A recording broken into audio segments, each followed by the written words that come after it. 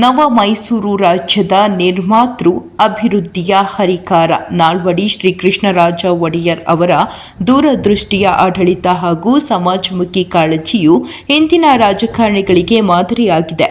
Doctor Shivappa ಅಭಿಮತ. ಆಧುನಿಕ ನವ ಮೈಸೂರಿನ ನಿರ್ಮಾತೃ ಅಭಿವೃದ್ಧಿಯ ಹರಿಕಾರ ನಾಲ್ವಡಿ ಶ್ರೀಕೃಷ್ಣರಾಜ ಒಡೆಯರ್ ಅವರ ದೂರದೃಷ್ಟಿಯ ಆಡಳಿತದಿಂದ ಮೈಸೂರು ರಾಜ್ಯವು ಸಮಗ್ರವಾದ ಪ್ರಗತಿ ಸಾಧಿಸಲು ಸಾಧ್ಯವಾಯಿತು ಎಂದು ಸಮಾಜ ಸೇವಕ ಡಾಕ್ಟರ್ ಕೆಎಂ ಶಿವಪ್ಪ ಅಭಿಮಾನದಿಂದ ಹೇಳಿದರು. ಅವರು ಇಂದು ಕೆಆರ್ ಪೇಟೆ ಪಟ್ಟಣದ ತಾಲೂಕು ಆಡಳಿತ ಕಾರ್ಯಸೌಧದ ಸಭಾಂಗಣದಲ್ಲಿ ಆಯೋಜಿಸಿದ್ದ ರಾಜಶ್ರೀ ನಾಲ್ವಡಿ ಕೃಷ್ಣರಾಜ ಒಡೆಯರ್ ಅವರ ಜಯಂತಿ ಮಹೋತ್ಸವದಲ್ಲಿ ಭಾಗವಹಿಸಿ ನಾಲ್ವಡಿ ಅವರ ಭಾವಚಿತ್ರಕ್ಕೆ ವಿಶೇಷ ಪೂಜೆ ಸಲ್ಲಿಸಿ ಮಾತನಾಡಿದರು. ಕಾವೇರಿ ನದಿಗೆ ಅಡ್ಡಲಾಗಿ ಕನ್ನಂಬಾಡಿ ಅಣೆಕಟ್ಟು ನಿರ್ಮಿಸಿ ಬರಡಾಗಿದ್ದ ಮಂಡ್ಯ ಜಿಲ್ಲೆಯನ್ನು ಭತ್ತ, ಕಬ್ಬು, ತೆಂಗು ಬೆಳೆಯುವ ಬಂಗಾರದ ಭೂಮಿಯನ್ನಾಗಿಸಿ ಜಿಲ್ಲೆಯ ಜನರು ನೆಮ್ಮದಿಯ ಜೀವನ ನಡೆಸಲು ಕಾರಣರಾದ ನಾಲ್ವಡಿ ಕೃಷ್ಣರಾಜ ಒಡೆಯರ್ ಅವರು ಅಣೆಕಟ್ಟೆ ಸಂಪೂರ್ಣಗೊಳ್ಳಲು ಹಣಕಾಸು ಸಮಸ್ಯೆ ಎದುರಾದಾಗ ಅರಮನೆಯ ತಿಜೋರಿಯಲ್ಲಿದ್ದ ಚಿನ್ನ, ವಜ್ರದ ಆಭರಣಗಳನ್ನು ಮುಂಬೈ ಮಹಾನಗರದ ಮಾರುಕಟ್ಟೆಯಲ್ಲಿ ಮಾರಾಟ ಮಾಡಿ ಬಂದ ಹಣದಿಂದ ಅಣೆಕಟ್ಟೆಯ ಕಾಮಗಾರಿ ಸಂಪೂರ್ಣಗೊಳಿಸಿ ಕನ್ನಂಬಾಡಿ ಅಣೆಕಟ್ಟೆಯನ್ನು ಜನತೆಯ ಸೇವೆಗೆ ಸಮರ್ಪಿಸಿ ಇಂದಿನ ರಾಜಕಾರಣಿಗಳಿಗೆ ಮಾದರಿಯಾಗಿದ್ದಾರೆ ಎಂದು ಶಿವಪ್ಪ ಗುಣಗಾನ ಮಾಡಿದರು. ತಹಶೀಲ್ದಾರ್ ಡಾಕ್ಟರ್ ಅಶೋಕ್ ಮಾತನಾಡಿ, ಶಿಕ್ಷಣ, ಆರೋಗ್ಯ ಹಾಗೂ ಅಭಿವೃದ್ಧಿಯ ವಿಚಾರದಲ್ಲಿ ಕ್ರಾಂತಿ ಮಾಡಿದ ರಾಜಶ್ರೀ ನಾಲ್ವಡಿ ಅವರು ಮೀಸಲಾತಿ ವ್ಯವಸ್ಥೆಗೆ ಚಾಲನೆ ನೀಡಿ ತುಳಿತಕ್ಕೊಳಗಾದವರು ಹಾಗೂ ಶೋಷಿತ ವರ್ಗಗಳ ಜನರಿಗೆ ಸಾಮಾಜಿಕ ನ್ಯಾಯವನ್ನು ನೀಡಿದ ಮಹಾನುಭಾವರಾಗಿದ್ದಾರೆ. ನಾಲ್ವಡಿ ಅವರ ಸಮಾಜ ಸೇವೆ ಕಾರ್ಯಗಳು ಹಾಗೂ ನಾಡಿನ ಅಭಿವೃದ್ಧಿಗೆ ಕೈಗೊಂಡ ದಿಟ್ಟ ಕ್ರಮಗಳು ಇತಿಹಾಸದ ಪುಟಗಳಲ್ಲಿ ಶಾಶ್ವತವಾಗಿ ದಾಖಲೆಯಾಗಿವೆ ಎಂದು ಸ್ಮರಿಸಿದರು. ಬಹುಜನ ಸಮಾಜ ಪಾರ್ಟಿಯ ತಾಲೂಕು ಮುಖಂಡ ಗಂಗಾಧರ್, ಕಂದಾಯ ಇಲಾಖೆ ನೌಕರರ ಸಂಘದ ಅಧ್ಯಕ್ಷೆ ಬಿಎಲ್ ಚಂದ್ರಕಲಾ, ಆರೋಗ್ಯ ಇಲಾಖೆಯ ಶಿಳಾನೆರೆ ಸತೀಶ್, ಆಸರೆ ಸಮಾಜ ಸೇವಾ ಟ್ರಸ್ಟ್ ಅಧ್ಯಕ್ಷ ಎಚ್ಪಿ ಮಂಜುನಾಥ್, ತಾಲೂಕು ಸಮಾಜ ಕಲ್ಯಾಣ ಇಲಾಖೆ ಸಹಾಯಕ ನಿರ್ದೇಶಕ ದಿವಾಕರ್, ಬಿಸಿಎಂ ಅಧಿಕಾರಿ ವೆಂಕಟೇಶ್, ಗ್ರೇಡ್ 2 ತಹಶೀಲ್ದಾರ್ ಲೋಕೇಶ್ ಸೇರಿದಂತೆ ತಾಲೂಕು ಮಟ್ಟದ ಅಧಿಕಾರಿಗಳು ಹಾಗೂ ವಿವಿಧ ಸಂಘ ಸಂಸ್ಥೆಗಳ ಪ್ರತಿನಿಧಿಗಳು ಕಾರ್ಯಕ್ರಮದಲ್ಲಿ ಭಾಗವಹಿಸಿದ್ರು. ವರದಿ ಡಾಕ್ಟರ್ ಕೆಆರ್ ನೀಲಕಂಠ, ಕೃಷ್ಣರಾಜಪೇಟೆ, ಮಂಡ್ಯ. ಸಮಾಜದ ಬಗ್ಗೆ ಅವರು ನೀಡಿರುವಂಥ ಎಲ್ಲರೂ ಒಂದು ಅಂತ ಅವರು ಮಾಡಿರುವಂಥ ಕಾರ್ಯಗಳ ಬಗ್ಗೆ ನಮ್ಮೆಲ್ಲರೂ ಎಕ್ಸ್ಪ್ಲೇನ್ ಮಾಡಿ ಹೇಳ್ತಾರೆ. ನಾವು 86th ಕಾನ್ಸ್ಟಿಟ್ಯೂಷನಲ್ ಅಮೆಂಡ್ಮೆಂಟ್ ಆ್ಯಕ್ಟ್ 2002 ಪ್ರಾಥಮಿಕ ಎಜುಕೇಷನ್ಗೆ ತಂದ್ವಿ. ಬಟ್ ಆಲ್ಮೋಸ್ಟ್ 78 ಇಯರ್ಸ್ ಫಸ್ಟೇ ಅವರು ಅದನ್ನು ಅರ್ಥಕೊಂಡು ಎಲಿಮೆಂಟ್ರಿ ಪ್ರಾಥಮಿಕ ಶಿಕ್ಷಣ ಎಷ್ಟು ಅಗತ್ಯ ಅಂತ ಮಾಡಿದ್ರು. ಮೋರೋವರ್ ಪೊಲಿಟಿಕಲಿ ನಾವುಗಳು 50-30% ಈ ಥರ ಎಲ್ಲ ಇದನ್ನು ಕಮ್ಯುನಿಟಿ ಕ್ಯಾಸ್ಟ್ಗಳನ್ನೆಲ್ಲ ಡಿವೈಡ್ ಮಾಡ್ತೀವಿ. ಆದರೆ ಅವರು ಆವಾಗಲೇ ಸಮಾಜದಲ್ಲಿ ಡೌನ್ ಟ್ರೋಡನ್ ಆಗಿದ್ದಾರೆ, ಅವರಿಗೆ ಎಲ್ಲ ಒಂದು ಇಂಪಾರ್ಟೆನ್ಸ್ ಸಿಗಬೇಕು, education as well as employment opportunity ಎಲ್ಲ ಸಿಗಬೇಕು, ಎಲ್ಲ ಇದರಲ್ಲಿ ಕೆಲಸನೂ ಸಿಗಬೇಕಂತ ಅವರು ಒಂದು ದೃಷ್ಟಿಯಲ್ಲಿ ಆವಾಗಲೇ ಕಮಿಷನ್ಗಳನ್ನ ರಚನೆ ಮಾಡಿ, ಅದಾದಮೇಲೆ ಫರ್ದರ್ ಡೆವಲಪ್ಮೆಂಟ್ಸ್ ಆಯಿತು, ಅದೆಲ್ಲ ಅವರು ಹೇಳಿದ್ದಾರೆ. ಸೊ ಇಷ್ಟು ವಿಷನರಿ ಅವರು ಹೇಳಿದ್ರು. ಅವರು ಯುದ್ಧ ಮಾಡಲಿಲ್ಲ, ಬಟ್ ಅವ್ರ ಯುದ್ಧ ಯಾವ ರೀತಿ ಇತ್ತಂದರೆ ಟುವರ್ಡ್ಸ್ ದಿ ಡೆವಲಪ್ಮೆಂಟ್. ನಮ್ಮ ಮೈಸೂರು ಸ್ಟೇಟ್ ಆ್ಯಸ್ ಸಚ್ ಮತ್ತು ಇದು ರಿಚ್ನೆಸ್ ಏನಕ್ಕೆ ಅಂದರೆ ಅವರ ಯುದ್ಧನೇ ಒಂದು ಡಿಫ್ರೆಂಟ್ ವಿಭಿನ್ನ ರೀತಿಯಲ್ಲಿದ್ದು ಸಮೃದ್ಧಿ ರಾಜ್ಯ ಆಗೋಕ್ಕೆ ಕಾರಣ ಆಯಿತು. ಇನ್ನು ಉಳಿದಿರುವಂಥದ್ದೆಲ್ಲ ಎಕ್ಸ್ಪ್ಲೇನ್ ಮಾಡಿ ಹೇಳ್ತಾ ಇದ್ರೆ ಒಂದು ದೊಡ್ಡ ಬುಕ್ಗಳು 3-4 ಬುಕ್ಗಳೇ ಇದೆ. ಅದರ ಬಗ್ಗೆ ಯಾವ ಒಂದು ಬುಕ್ಕಲ್ಲಿ ತಗೊಂಡ್ರು ಕೂಡ, ಕಲೆಯಲ್ಲಿ ತಗೊಂಡ್ರು ಕೂಡ ಪೋಯಮ್ಗಳೆಲ್ಲ ಬರೆದಿದ್ದಾರೆ, ದೊಡ್ಡ ಇದೆಲ್ಲ ಬರೆದಿದ್ದಾರೆ.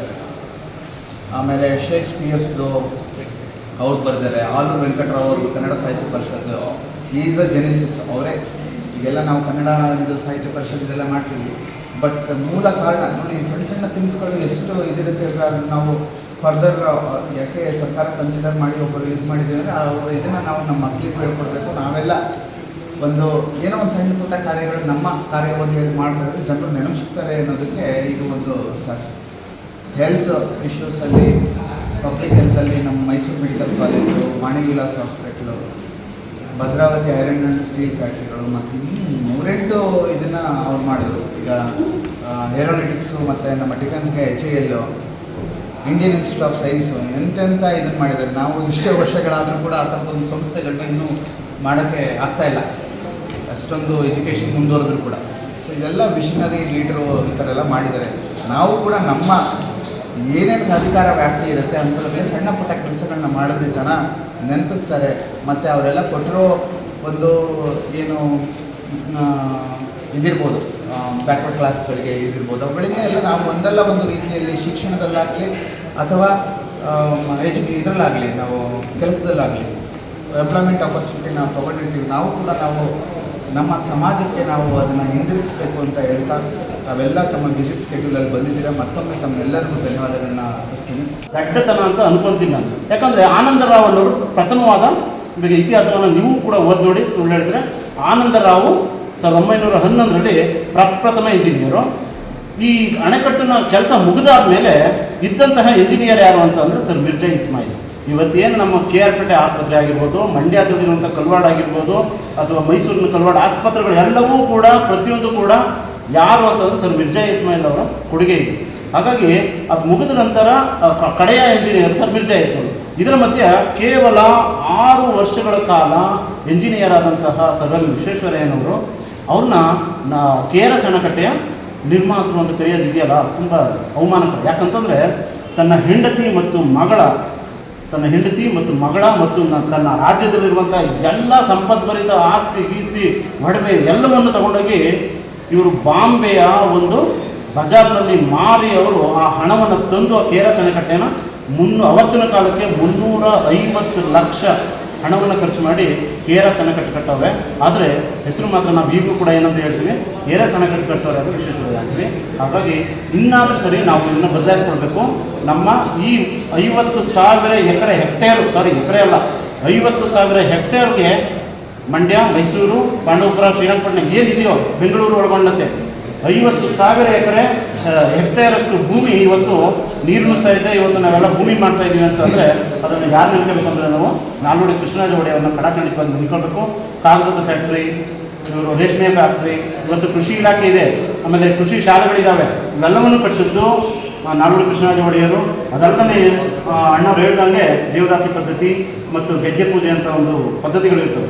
ಇವೆಲ್ಲವನ್ನೂ ಕೂಡ ಕಡಿತಗೊಳಿಸ್ತಾರೆ, ರದ್ದು ಮಾಡ್ತಾರೆ. ಅಸ್ಪೃಶ್ಯತೆ ನಿವಾರಣಾ ಕಾಯ್ದೆ ಏನವತ್ತು ಗಾಂಧಿ ಉತ್ತರ ಭಾರತದಲ್ಲಿ ಏನು ಜಾರಿ ಮಾಡಿರ್ತಾರೋ ಅದನ್ನು ದಕ್ಷಿಣ ಭಾರತದಲ್ಲಿ ಅಸ್ಪೃಶ್ಯತಾ ನಿವಾರಣಾ ಕಾಯ್ದೆಯನ್ನು ಜಾರಿಗೆ ತಂದರು 1919 ಇದೆ ನಮ್ಮ ನಾಲ್ವಡಿ ಕೃಷ್ಣರಾಜ ಒಡೆಯರು. ಅದಕ್ಕೂ ಮಿಗಿಲಾಗಿ ಒಂದು ವಿಚಾರ ಇದೆ. ಈ ದೇಶದ ಏನು ಶಿವನ ಸಮುದ್ರ ಕಾವೇರಿ ನದಿಗೆ ಅಡ್ಡಲಾಗಿ ಕಟ್ಟಿ ಒಂದು ಜಲವಿದ್ಯುತ್ ಇರಲಿಲ್ಲ ಅಂತ ಒಂದು ಮಾರ್ಪಾಡೆ ಮಾಡಿ ಇವತ್ತು ಬೆಂಗಳೂರು ಇವತ್ತು ದೀಪ ಬೆಳಗ್ಬೇಕಾದ್ರೆ ಏನು ಶಿವನ ಸಮುದ್ರದಲ್ಲಿ ಏನು ಉತ್ಪತ್ತಿ ಮಾಡಿದ್ರು ಒಂದು ವಿದ್ಯುತ್ ಕೇಂದ್ರನ, ಅದರಿಂದ ಇವತ್ತು ಬೆಂಗಳೂರು ಇವತ್ತು ಅಚ್ಚುಕಟ್ಟಾಗಿ ದೀಪ ಅಲಂಕಾರದಿಂದ ಬೆಳಗ್ತಾ ಇದೆ. ಹಿಂದೆ ಬೆಂಗಳೂರಿಗೆ ದೀಪನೇ ಸರಿಯಾಗಿರಲಿಲ್ಲ ಅಂತ ಒಂದು ಮಹತ್ ಕಾರ್ಯ ಮಾಡವರೆ. ಅದಲ್ಲದೆ ಇವರು ಅತ್ಯಂತ ವಿದ್ವಾಂಸರಾಗಿರ್ತಾರೆ, ಇತಿಹಾಸಕಾರರಾಗಿರ್ತಾರೆ, ಪಾಂಡಿತ್ಯ ಪಡೆದಿರ್ತಾರೆ. ಅದು ಅಲ್ಲದೆ ಇವರು ಕಾನೂನು ಅಧಿಕಾರರು ಸಹ ಆಗಿ ಇವರು ಸೇವೆ ಸಲ್ಲಿಸ್ತಾರೆ. ಅದ್ರ ಬಗ್ಗೆ ಭಾಳ ಒಂದು ಅನುಭವ ಆಗಿರ್ತಾರೆ ರಾಜ್ಯ ಆಳ್ಬೇಕಾದ್ರೆ. ಆ ಒಂದು ನಿಟ್ಟಿನಲ್ಲಿ ಇವರು ಮಹತ್ವ ಕಾರ್ಯ ಅಂತ ಹೇಳಬೇಕು ನಾವು. ಅದ್ರ ಜೊತೆಗೆ ಇವರು ಏನು ಕೆಲವು ಇನ್ನೂ ಅತ್ಯಂತ ಮಹತ್ವದ ಕಾರ್ಯ ಸಾಧಿಸವ್ರೆ. ಏನು ಅಂದರೆ ಏನು ಹಿಂದೆ ದೇವದಾಸಿ ಪದ್ಧತಿ, ಬಸವ ಪದ್ಧತಿ ಅದೆಲ್ಲ ಅತ್ಯಂತ ಕೆಟ್ಟ ಪದ್ಧತಿ. ದೇವದಾಸಿ ಅಂದರೆ ಏನು ಅಂದರೆ ವೈಶ್ಯವೃತ್ತಿ ಮಾಡಿ ಬದುಕು ಸಾಗಿಸ್ಬೇಕು. ಬಸವ ಪದ್ಧತಿ ಅಂದರೆ ಇವತ್ತು ಕೆಲವು ಕಡೆ ಏನು ನಡೀತೈತೆ, ಯಾಕೆಂದರೆ ಕೆಲವು ಇವಾಗ ಏನು ಎಲ್ಲಮ್ಮ ಏನು ಜಾತ್ರೆ ಕಲಬುರಗಿಯಲ್ಲಿ ನಡೀತೈತೆ, ಅಲ್ಲಿ ಒಂದು ವೈಶ್ಯ ಪದ್ಧತಿಯಲ್ಲಿ ಏನು ಅವರು ಯಾವ ರೀತಿ ಮಾಡ್ತಾರೆ ಅಂದರೆ ಅಲ್ಲಿ ಒಂದು ಏನು ಹಿರಿಯ ಒಂದು ಯಜಮಾನ ನಾಯಕರು ಅಂತ ಇರ್ತಾರೆ. ಅವರು ಆ ಊರಲ್ಲಿ ಯಾವುದೇ ಒಂದು ಹೆಣ್ಣು ಋತುಮತಿಯಾದಂಥ ಹೆಣ್ಣನ್ನು ಅವರು ಪ್ರಥಮ ಬಾರಿ ಆ ಯಜಮಾನನ ಅವರು ಸಂಪರ್ಕ ಪಡಿಬೇಕಾಗಿರ್ತದೆ. ಅತ್ಯಂತ ಕೆಟ್ಟ ಸಂಸ್ಕೃತಿ ಅವರು. ಯಾಕೆಂದ್ರೆ ಭಾಳ ಒಳ್ಳ ಬಸವಯ್ಯನ ಬೇಕಾಗಿದೆ. ಬಸವಯ್ಯ ಎಂಥ ನೀತಿ, ಎಂಥ ಕ್ರೂರ ಒಂದು ಕೆಟ್ಟ ನಡವಳಿಕೆ ಇರ್ತೈತೆ, ಅದನ್ನ ರದ್ದತಿ ಮಾಡ್ತಾರೆ. 1911ರಲ್ಲಿ ಈ ಪದ್ಧತಿಯನ್ನು ರದ್ದು ಮಾಡ್ಬಿಡ್ತಾರೆ ಕೋರ್ಟ್ನ. ಯಾಕೆಂದರೆ ಇದು ಅತ್ಯಂತ ಕೆಟ್ಟವಾದ ಪದ್ಧತಿ ಅಂತ. ಅದು ಮಹತ್ವವಾದ ಒಂದು ಸಾಧನೆ ನಮ್ಮ ದೇಶದ ರಾಜ್ಯದಲ್ಲಿ ಬಿಟ್ಟೋದಕ್ಕೆ. ಆಮೇಲೆ ಏನು ಇವತ್ತು ಶಿಕ್ಷಣ ನೀತಿ ಬಗ್ಗೆ ಅತ್ಯಂತ ಕಷ್ಟ ಆಗಿರ್ತದೆ. ಅಸ್ವಸ್ಥ ಏನು ಸಮಾಜಕ್ಕೆ ಒಂದು ಶಾಲೆಗಳಲ್ಲಿ ಸರಿಯಾಗಿ ಅವಕಾಶ ಕಲ್ಪಿಸಿರಲ್ಲ, ಅವ್ರಿಗೋಸ್ಕರ ವಿಶೇಷ